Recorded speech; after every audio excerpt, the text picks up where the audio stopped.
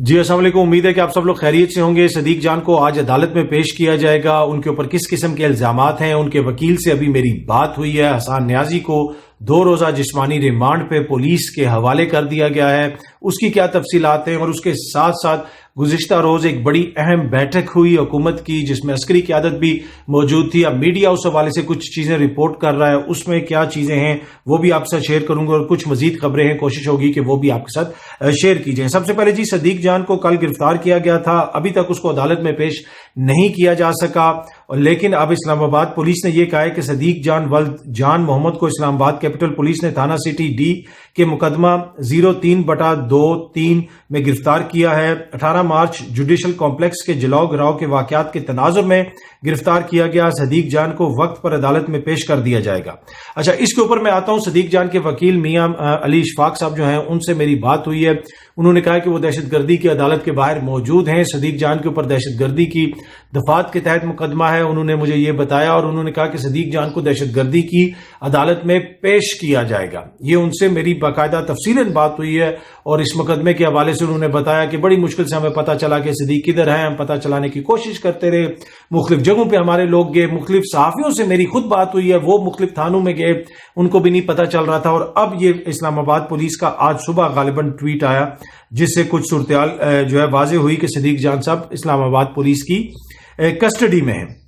اب اس جو اسلام آباد پولیس نے ٹویٹ کیا اس میں لکھا ہے کہ جو جوڈیشل کمپلیکس میں جو جلاؤ گراؤ کے واقعات کے تناظر میں گرفتار کیا گیا۔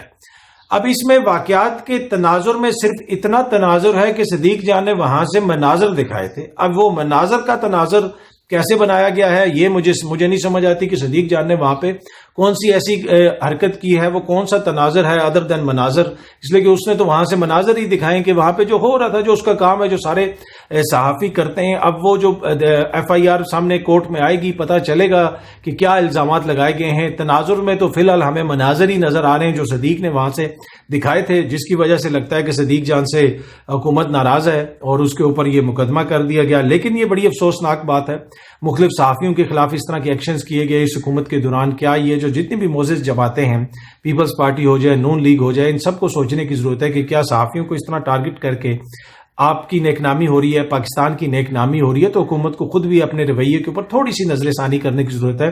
اینڈ آف دا ڈے جو صحافی ہوتے ہیں، یہ ان کے پاس کوئی بندوقیں تو ہوتی نہیں ہیں، یہ کوئی طاقتور طبقہ تو ہے نہیں ہے، ٹھیک ہے کہ نہیں۔ ایک تو وہ ہے نا اشرافیہ والی کلاس، جو حکمرانوں کے ڈرائنگ روموں میں بیٹھنے والے صحافی۔ عام صحافی تو وہ ہماری طرح عام بندہ ہوتا ہے، اس کی اتنی طاقت ہوتی ہے جتنی آئین اور قانون اس کو رائٹس دیتا ہے۔ تو یہ بڑا ضروری ہے کہ جو جمہوری جماعتیں ہیں وہ آئین اور قانون کے مطابق تمام لوگوں کے رائٹس کا تحفظ کریں۔ دوسری طرف جناب جو حسان نیازی صاحب ہیں، ان کو بھی ایک بڑے بھونڈے سے مقدمے میں 2 روزہ جسمانی ریمانڈ دے دیا گیا۔ ان کے وکیل فیصل فرید صاحب جو ہیں وہ یہ کہتے ہیں کہ وہ اس کے خلاف ریویو پٹیشن دائر کریں گے، اور یہ بالکل بوگس اور بھونڈا قسم کا مقدمہ ہے، اور ایک سیاسی اور انتقامی کارروائی جاری ہے۔ کوئی بھی شخص جو کوئی ایسا مناظر دکھا دے جس میں نظر آ رہا ہو کہ حکومت انتقامی کارروائی کر رہی ہے، اس کے اوپر پرچہ کر دیا جاتا ہے۔ عمران خان کے وکیلوں کے اوپر پرچے کر دیے جاتے ہیں۔ عمران خان کے ساتھ جو سلوک ہو رہا ہے وہ بھی سب کے سامنے ہے۔ یہ موقف ہے جناب عمران خان کی ٹیم کا، عمران خان کے لائرز کا اور ان کے جماعت کا، اور باقی جو ملک کے اندر ہو رہا ہے وہ آپ لوگ بھی روٹی کو چوچی نہیں کہتے، میں بھی نہیں کہتا، ہم کو سب کچھ نظر آ رہا ہے۔ کس تناظر میں ہو رہا ہے وہ مناظر سب کے سامنے ہے، سب کو نظر آ رہے ہیں۔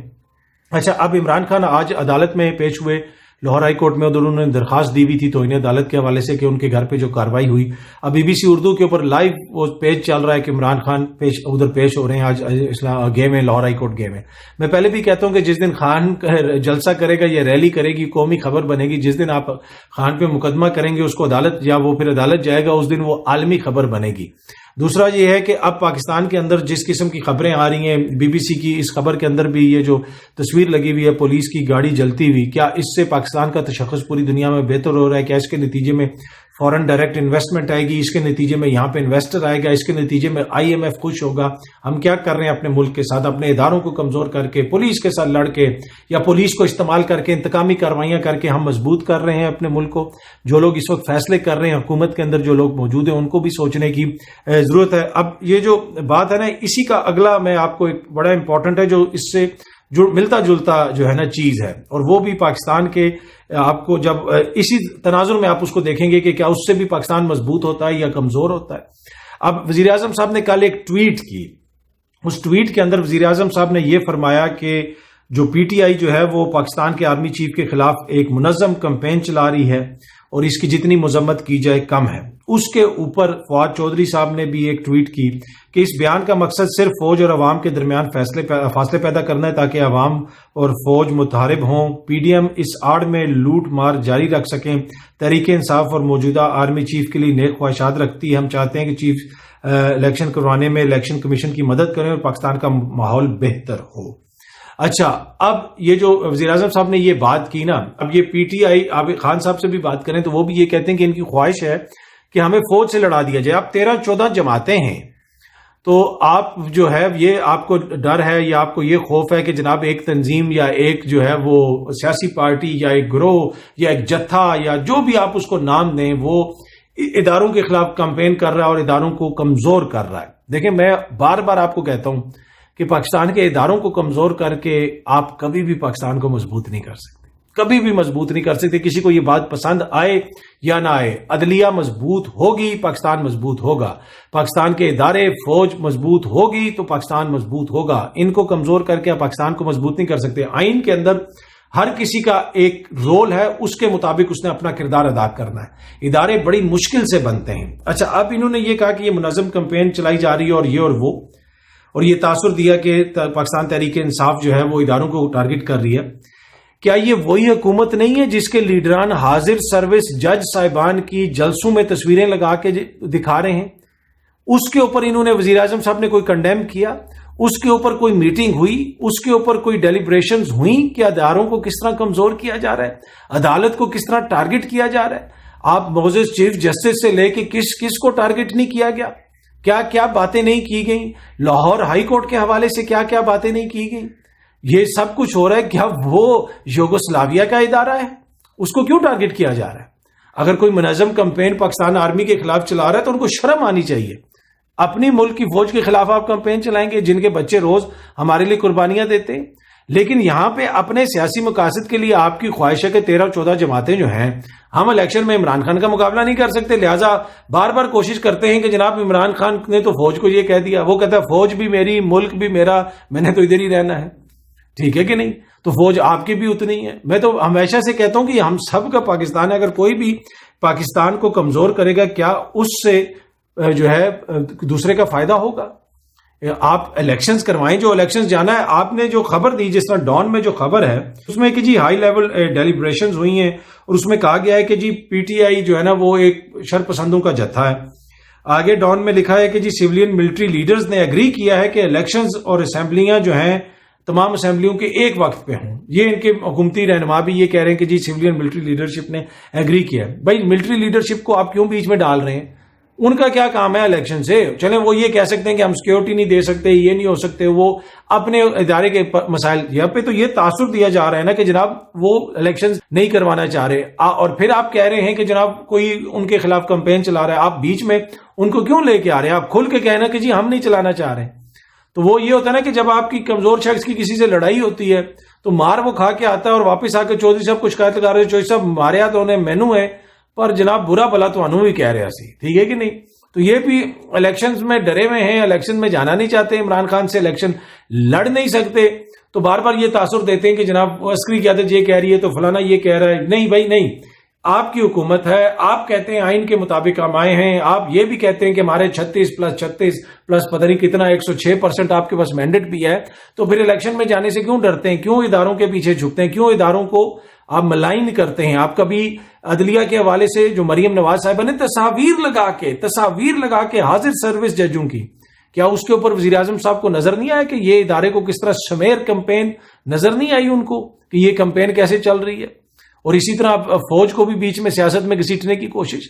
آپ خود حکومت چلائیں، آپ سے اگر نہیں چل رہی تو آپ چھوڑیں اور الیکشن کروا دیں، ٹھیک ہے، جو ملک کے اندر حالات ہیں۔ اور یہی بات عمران خان صاحب نے بھی کہی کہ جن کی کوشش یہ ہے کہ یہ جناب جائیں اور اداروں کو پاکستان تحریک انصاف کے سامنے کھڑا کر دیں۔ اور یہ خان صاحب سے ہماری بات بھی ہوئی اور ان سے ادھر پوچھا بھی، بلکہ میں نے آج میں وہ کوشچن آپ کو دہرا دیتا ہوں جو میں نے خان صاحب سے ایگزیکٹلی پوچھا۔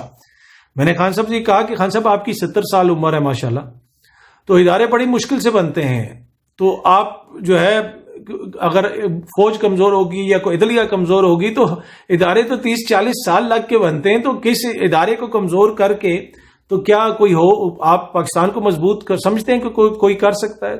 تو انہوں نے یہ مجھے جو ایگزیکٹ الفاظ ہیں خان صاحب کے، انہوں نے کہا کہ اگر پاکستان کی ترقی میں کوئی سب سے زیادہ امپورٹنٹ کردار ادا کر سکتا ہے تو وہ ادارے ہیں جو منظم ادارے ہیں، جیسے فوج کا ادارہ۔ انہوں نے کہا باقی ادارہ تو ہمارا کوئی بن ہی نہیں سکا۔ انہوں نے مثال دی کہ جناب ہم کوئی بھی کام ہوتا تھا، ہم ایس آر او کو مطلب کوئی بھی آرڈر پاس کرتے تھے، جو مرضی زور لگا لیں بیوروکریسی جو ہے کام نہیں کرتی تھی، پر جو بھی ذمہ داری ہم فوج کی لگاتے تھے کسی بھی جگہ پہ سویلین ریلیٹڈ معاملے میں بھی وہ کام کرتے تھے۔ تو انہوں نے کہا یہ تو ہو ہی نہیں سکتا کہ اگر آپ فوج کو کمزور کریں اور پاکستان کو مضبوط کر دیں، ایسا نہیں ہو سکتا۔ ہاں کچھ لوگوں کی خواہش ہے، کچھ لوگوں کو پاکستان میں خاص بغض ہے فوج کے ادارے سے ہر بات میں، پر ان لوگوں کو ریلیف بھی مل جاتا ہے۔ یہاں پہ ایمان مزاری صاحبہ نے فوج کے آرمی چیف کے حوالے سے کیا نہیں کہا، لیکن ایک دم سے ان کا وہ فوج نے مقدمہ کروایا ان کے خلاف، لیکن فوراً ان کو عدالت سے ریلیف مل گیا۔ اشرافیہ دیکھیں نا، اشرافیہ کو فوراً ریلیف ملتا ہے، وہ مقدمہ بھی اٹھا کے باہر پھینک دیا گیا۔ اور بالکل جناب ایک نام لے کے اس وقت کے army chief general Qamar Javed Bajwa صاحب کے اوپر انہوں نے الزام لگایا، اور جو زبان استعمال کی انتہائی قابل اعتراض تھی، لیکن ایمان مزاری کو تو کوئی پوچھے گا نہیں۔ تو باقی جو ہے وہ یہ کمپین کر رہے ہیں کہ جناب وہ اس کے خلاف کمپین چل گئی ہے تو اس کے خلاف کمپین چل گئی ہے، نہیں۔ اس وقت اگر ملک میں کوئی کمپین ہے تو وہ آپ کی مس گورننس کے خلاف ہے، آپ کی نااہلی کے خلاف ہے، مہنگائی کے خلاف ہے، آپ نے اس ملک کی جو حالت کر دی ہے اس کے خلاف ہے، آپ نے اس ملک کے دفاع کو جہاں پہ آپ لوگ لے آئے کہ امریکی سینٹ میں بھی ہمارے جوہری اثاثے ڈسکس ہو رہے ہیں، آل دو کہ امریکی جرنل جو ہے وہ بھی یہ ماننے پہ مجبور ہوا کہ پاکستان کے جوہری اثاثے بالکل سیف ہینڈز میں۔ پھر اسحاق ڈار صاحب کو کیا مجبوری تھی کہ وہ ہمارے لانگ رینج میزائلز کے حوالے سے بھی انہوں نے بیان دے دیا اور اس کو آئی ایم ایف سے جوڑنے کی ایک طرح سے کوشش کی، اور بعد میں پھر وہ وضاحتیں دیتے رہے۔ تو اگر اس وقت کوئی مسئلہ ہے تو وہ 13-14 جماعتوں کی جو حکومت ہے اس کو مسئلہ ہے، اور اگر کوئی کمپین بھی ہے عوام کے اندر تو وہ ان کے خلاف ہے۔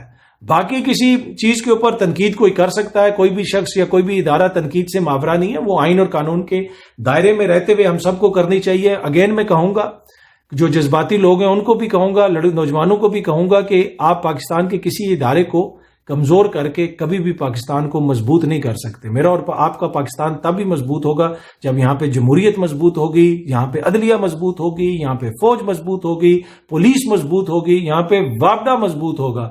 اور ویسے حکومت کو اگر کسی ادارے کے خلاف سب سے زیادہ کوئی نازیبا الفاظ استعمال ہوتے ہیں تو وہ ہمارے وابڈہ کے بھائی ہیں، اس سے میری بھی دل آزاری ہوتی ہے۔ اور ابھی گرمیاں آنے والی ہیں اور وابڈہ نے جو آپ کے ساتھ کرنا ہے آپ لوگ اس کے لیے تیار ہو جائیں، اور اس کی ذمہ دار بھی کون ہے؟ اس کی ذمہ دار بھی آپ کو پتا ہے کہ یہ موجودہ حکومت کا کیا کردار ہے، پچھلی کا کیا کردار تھا یا اس سے پچھلی کا کیا کردار تھا۔ اس کا فیصلہ میں آپ کے اوپر چھوڑتا ہوں۔ امید ہے کہ یہ ویڈیو آپ کو پسند آئی ہوگی۔ بہت جلدی آپ سے پھر ملاقات ہوگی۔ اپنا خیال رکھیے گا۔ بہت بہت شکریہ۔ Thank you so much.